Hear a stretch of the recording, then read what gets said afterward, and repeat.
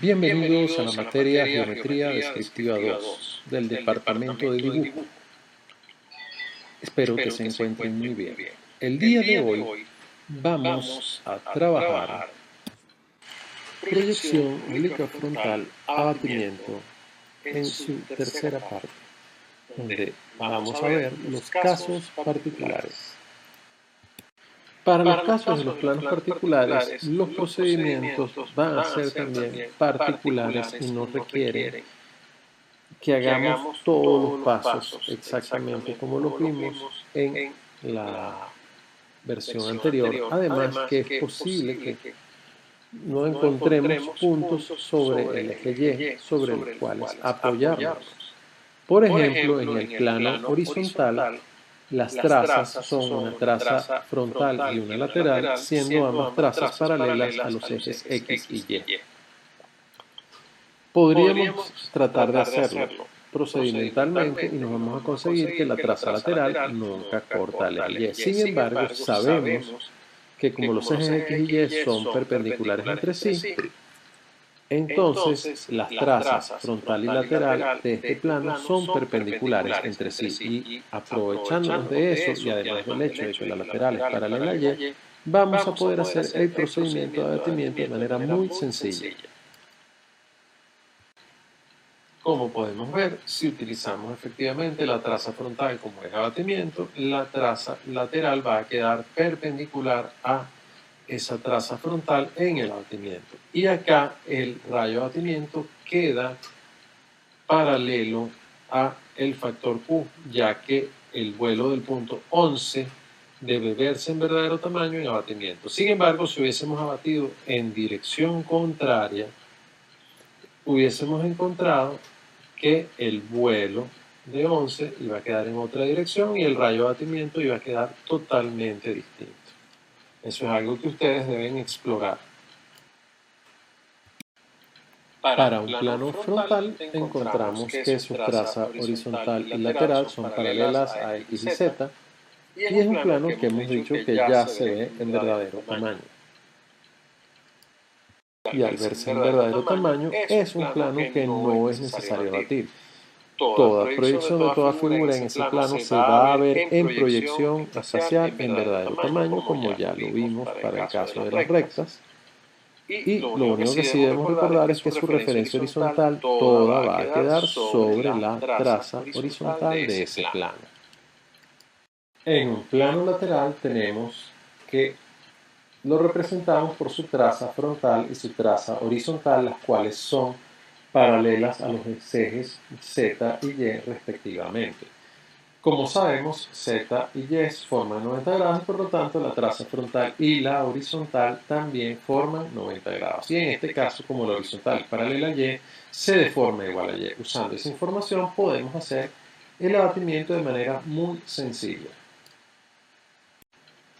Así, basta con tomar un punto de la traza horizontal y aplicando el factor de deformación podemos hallar su tamaño con respecto al plano frontal, es decir, la distancia aquí es representada por los puntos 13 y 12 y luego esa traza horizontal como se abate formando 90 grados con respecto a la frontal y la frontal ya está abatida, esa traza horizontal queda sobre el eje X y el punto 12 abatido también va a quedar sobre el eje X.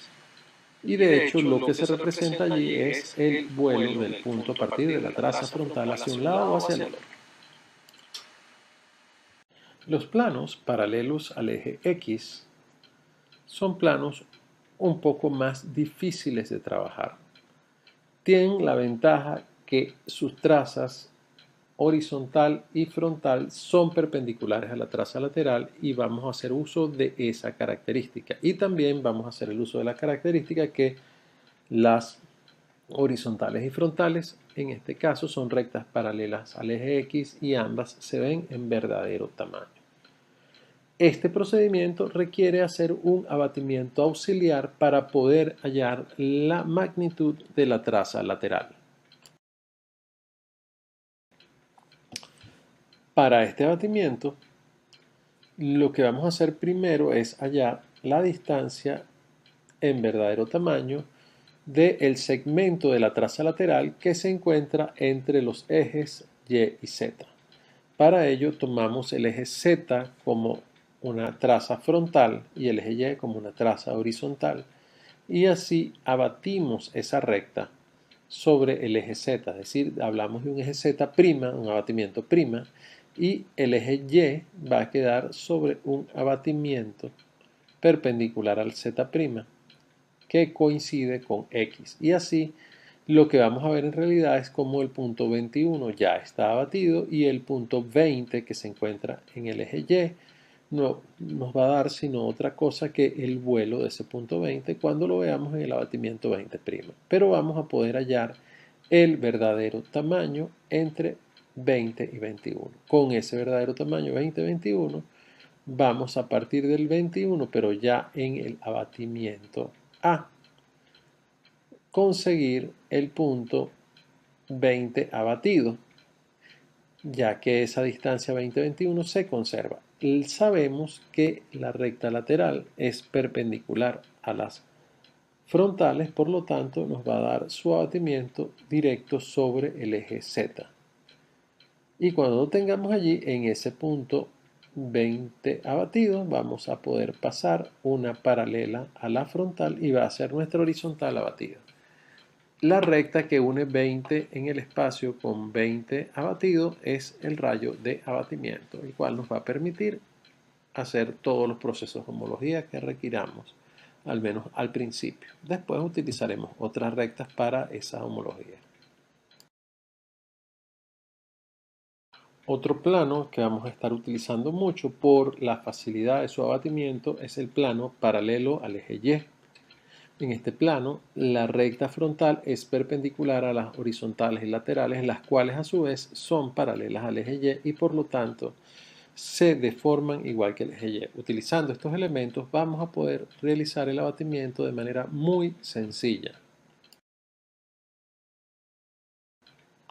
Así, usando la traza frontal como eje de abatimiento, esa traza frontal y todos sus puntos ya están abatidos, y luego la traza horizontal y lateral, como forman 90 grados con la frontal, se dibujan en abatimiento formando esos 90 grados. En este caso se tomó la opción del abatimiento largo hacia la derecha en vez de hacerlo hacia la izquierda, que es el abatimiento corto.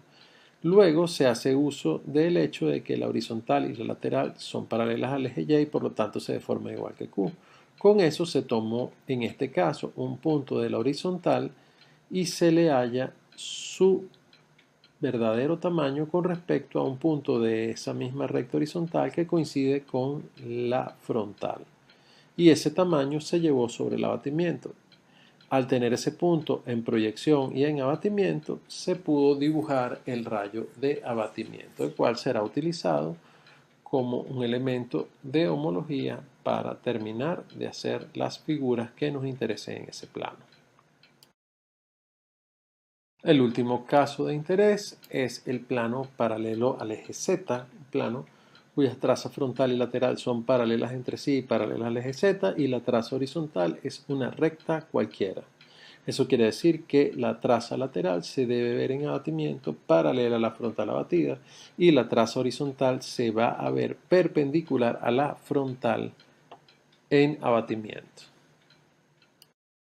Así indicamos que primero que todo la frontal ya se encuentra abatida al igual que todos los puntos de esa frontal. Luego tomamos la traza horizontal y medimos un verdadero tamaño sobre ella, tal como lo habíamos hecho en el caso original de abatimiento, aprovechándonos del factor de deformación Q.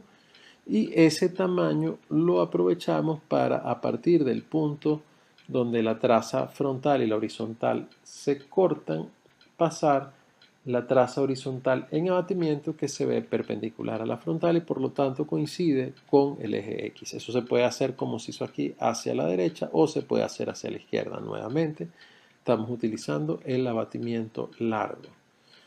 Una vez que se ubica el punto abatido, podemos entonces por allí pasar una recta lateral abatida paralela a la frontal. Y además el punto donde se corta la horizontal y la lateral abatida, junto con el punto donde la horizontal y la lateral se encuentran en proyección, nos va a dar el rayo de abatimiento. Y así terminamos con la clase de abatimiento. Por supuesto, cada uno de estos planos particulares van a permitir con mayor o menor facilidad dibujar figuras regulares o inclusive circunferencias. Estos elementos son claves a la hora de hacer luego figuras en el espacio una vez que empecemos a trabajar o dominar la parte de perpendicularidad si queremos trabajar figuras rectas o simplemente ubicando un punto que puede ser el vértice o un punto de la otra tapa si queremos utilizar figuras oblicuas, ya sean conos, prismas o pirámides. Nos vemos en la próxima clase.